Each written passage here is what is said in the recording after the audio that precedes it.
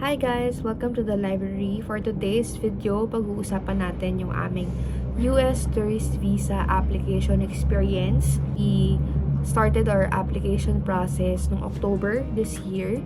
Tapos, nakakuha kami ng slot for an interview.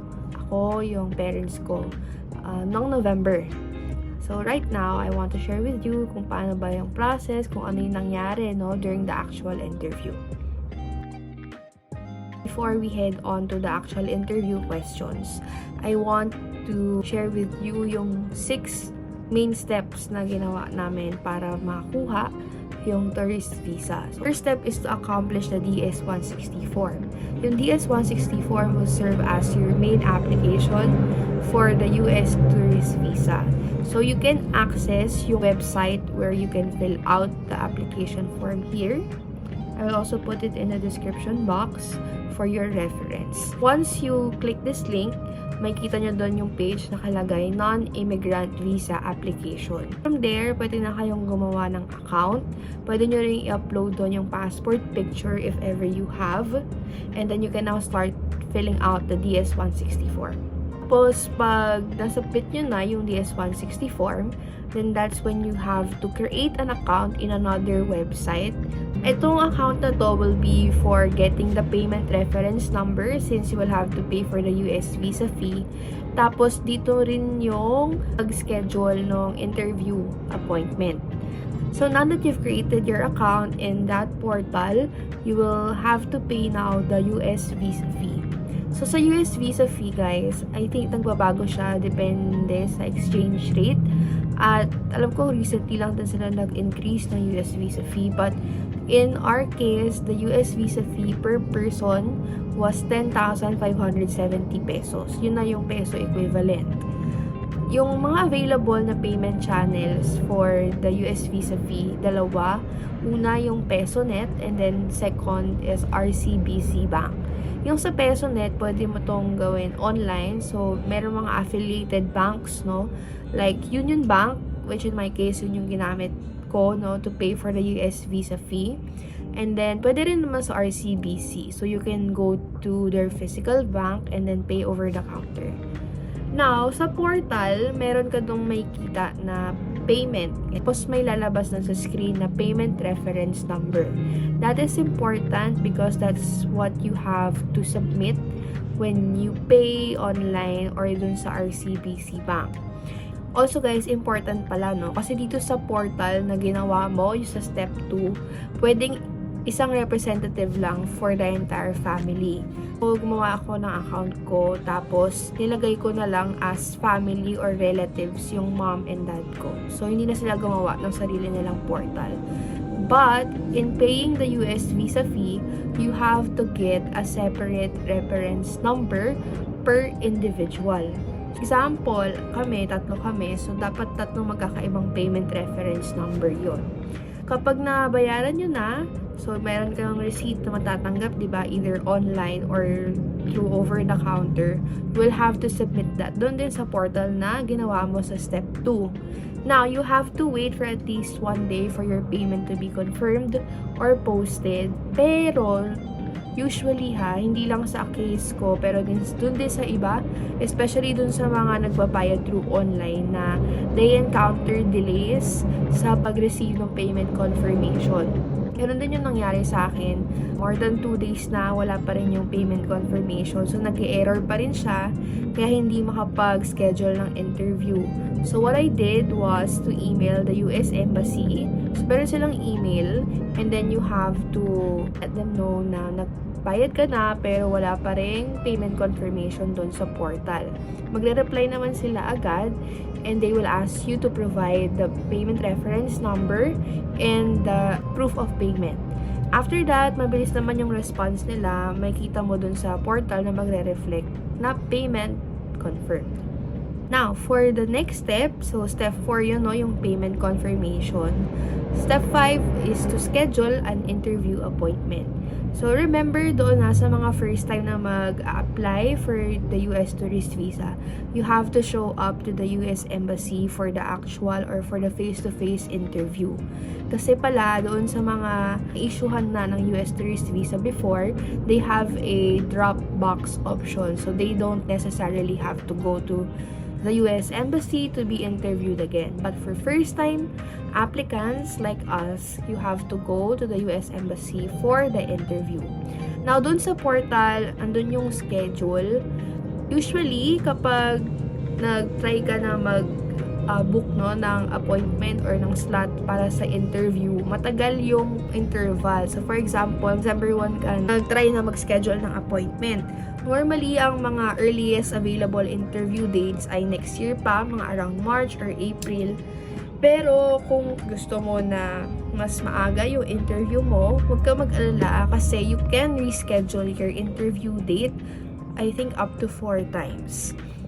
Normally, for the interview dates, may nag-a-appear from time to time na earlier. So, for example, December, una mong date ay next year pa, pero kapag nagtingin ka ulit doon sa portal or doon sa calendar nila, may lalabas dyan minsan na December, na January. So, all you have to do is to check it from time to time. Pro tip is to do it during midnight or yung mga madaling araw para wala ganong nag-check, no? Para wala ka ganong kaagaw sa slot. So, you have to check it from time to time if you want an earlier interview date. Pero, kung okay naman na sa'yo na ganun kalayo, then that's totally fine as well. For our 6th and final step, that would be go to US Embassy for the US visa interview. All your efforts lead to this. Kasi, pagpasok mo doon sa US Embassy, interviewin ka ng consul, right there and then, you will know if you are denied or approved for the US visa.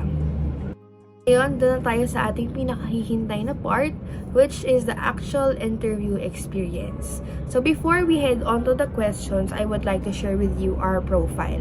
Ako ay 23 years old. I just recently graduated from college, so I don't really have any employment since I'm currently reviewing for the board exam. So, I'm unemployed. I don't have any source of income.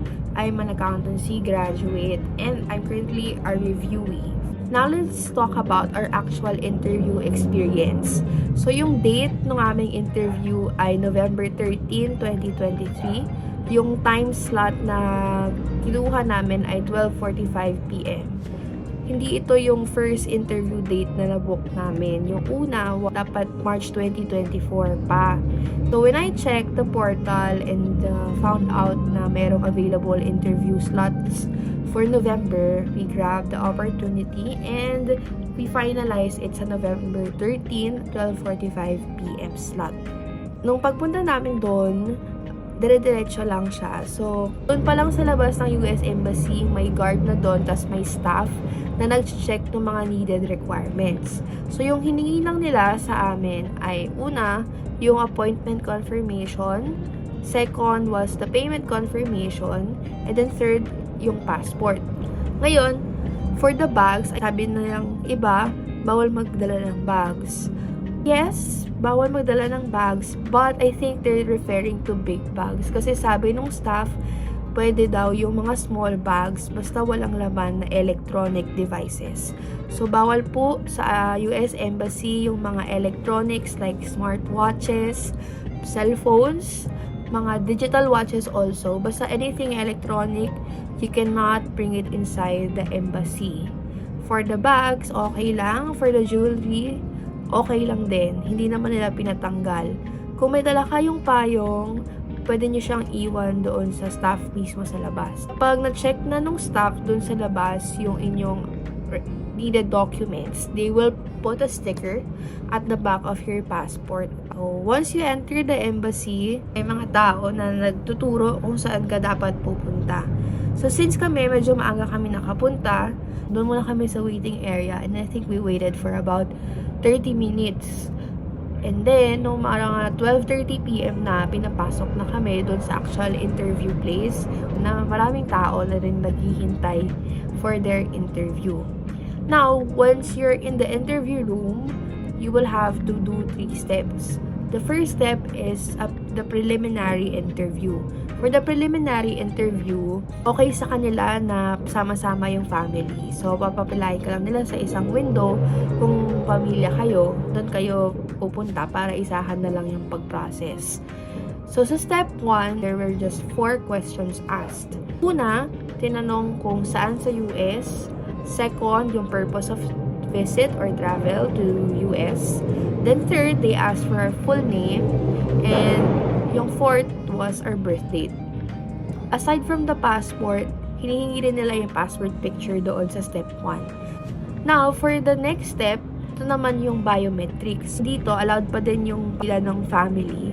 So kami, since 3 kami, ako pati yung parents ko, nakapila lang kami sa isang window. For the biometrics, you have to show up your passport kasi i-scan nila. So, kailangan itatapat mo siya dun sa window. Then, after that, they will ask you to put your fingers para makuha yung fingerprint mo. After they get your biometrics, you will be asked to proceed to step 3, which is the interview na mismo. Akala namin nung una, magkakasama pa rin yung family sa isang window. Pero, pinahiwalay ako kasi sabi nung staff, yung mga anak na 21 years old above, kailangan separate interview ka. Pero, kung below 21, pwedeng kasama mo yung magulang mo. So, in-assign na kami nung staff doon sa mga windows. Ako, na-assign ako sa window 24, tas yung parents ko, since magkasama naman sila sa interview, they were assigned to window 28. Sa window ko, the consul greeted me with a good afternoon, and then the first question he asked was, where in the US? So I answered na pupunta kami sa Texas, LA, San Francisco, and Las Vegas. After that, he asked, why will you be going to the US? Then I answered for an awarding. And then after the awarding, we plan to tour around California and Las Vegas. So yun lang yung sinagot ko. And then he asked, will you be visiting someone there? I said no. Pero FYI, we have relatives in the US. Pero I did not say that. I did not explain anything because he just asked, will you be visiting someone there? So I just said, no, I will not visit someone. And then after that, he asked, how long do you plan to stay? Sabi ko, 15 days. Itong question na to, I think is confirmation kind of question. Kasi nakalagay din tong tanong na to no, sa DS-160 form na sinasubmit. You have to know kung ano yung nilagay mong duration or length of stay dun sa DS-160. Then make sure that you answer the same para hindi magkaroon ng discrepancy. No? After that question, nagtanong siya, sabi niya, what again is the award about? So, ako naman, nag-explain ako kung ano yung award, bakit ako may award, at kung bakit dun sa Texas gagawin yung award. Then after that, he asked about travel history na. So he asked, have you traveled to any countries in the past? I said yes, and I enumerated all the countries we've been to. And then after that, he asked, do your parents have their visa already? Sabi ko na hindi, na ini-interview rin sila kasalukuyan doon sa kabilang window. And then he said, okay, then ask the next question. Sabi niya, what do you do for work currently? Ito na, medyo kinabahan ako kasi sabi sa mga interview ng mga ibang applicants before na you have to show strong social ties na babalik ka dito sa Pilipinas. And being unemployed is a red flag already. But, yun dun sa question niya na what do you do for work currently, I did not directly say na I don't have any work. I said na since I graduated last June, I am currently reviewing for the board exam happening next year. So, ganun lang yung pagkakasabi ko. Hindi ko sinabi na unemployed, pero hindi rin ako naging defensive na, ay, pero hindi po ako magtatrabaho sa US. After that, he asked, from what school did you graduate? So, I stated my school.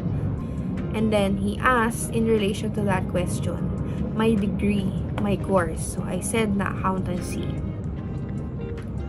And then, ito na yung last question. he asked, when will the exam happen again? Since ito yung nabanggit ko, nasabi ko na re-review ako for an exam happening next year. So, he asked the exact date of the exam, and then I answered na it will happen next year in May.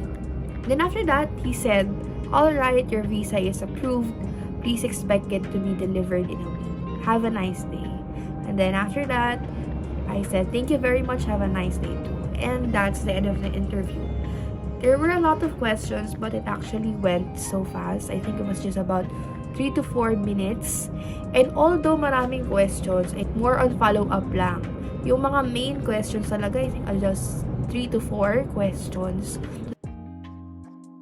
Now, for my parents, yung questions sa kanila, marami-rami din, pero more on follow-up. So, yung main questions ay 2 to 3 questions lang. Una, same lang sa akin, where will you go in US? So, after that, your purpose of visit, same lang. So, they said awarding and tourism. And then, when they mentioned na awarding, nagtanong yung consul. Sabi niya, oh, so is your daughter in the States? So, my parents answered, no, she's also here for the interview. The consul asked for our business, nature of business. And then after that, they asked how many employees doon sa aming business. So, we answered kung ilan yung employees. The consul asked about properties owned here in the Philippines. So, again, my parents answered and enumerated the properties we own. So, my last question, do you have relatives in the US? Parents answered, my mom said na, my brother is living in New York. Then, my dad said na, no, I don't have any relatives in the US. And after that, the consul said, alright, please wait for your visa to arrive in 2 weeks. And then my parents answered, thank you very much. That's the end of our interview. Both interviews lasted mga 3 to 4 minutes lang. Medyo mabilis lang talaga. Kasi hindi naman din kami nag-expound ng answers. Merong brief explanation, pero we did not tell the entire story para rin maiwasan yung mga complications kasi minsan pag mahaba yung sinasabi, mas prone sa mga mistakes at sa mga red flags. So the interview was short, but it was full of follow-up questions. But ultimately, we were so fortunate not to have been approved for the US visa. Now, yung advice ko for those with coming interviews sa US Embassy, first is to review your DS-160 form thoroughly. Kasi merong mga questions silang tatanungin na nandun sa DS-160 form yung sagot. Second is to bring the supplementary documents. Although, hindi naman to chinecheck, guys. Walang chineck kahit isa sa aming documents. And I believe this goes to all applicants to na interview. They never ask for any documents. But, just in case na magkaroon ng problem habang nag-i-interview at kailangan yung magpakita ng documents, at least you're prepared. Kaya, bring the supplementary documents along with the required documents. And then third, is to join Facebook groups about sa US visa application. Merong mga group sa Facebook na specifically about mga Filipinos na nag-apply ng US visa. Super helpful ng Facebook group na yon. Syempre pati yung mga YouTube videos, like this one na nag-share ng experience. Kasi yun talaga yung mga actual questions. So dun sa Facebook group, you will see a lot of posts about their experience sa US visa interview, kung na-approve ba sila or na-deny sila. Tapos helpful din yung mga responses dun sa post kasi they will let you know kung ano yung nakikita nilang mali or kung ano yung nakita nilang reason kung ba't ka na-approve or na-deny. So, it really pays to be prepared since meron pa naman laging interval between your submission of the DS-160 form and your interview date. Just make sure na you're prepared enough going into the interview para mas maging mataas yung chance of approval.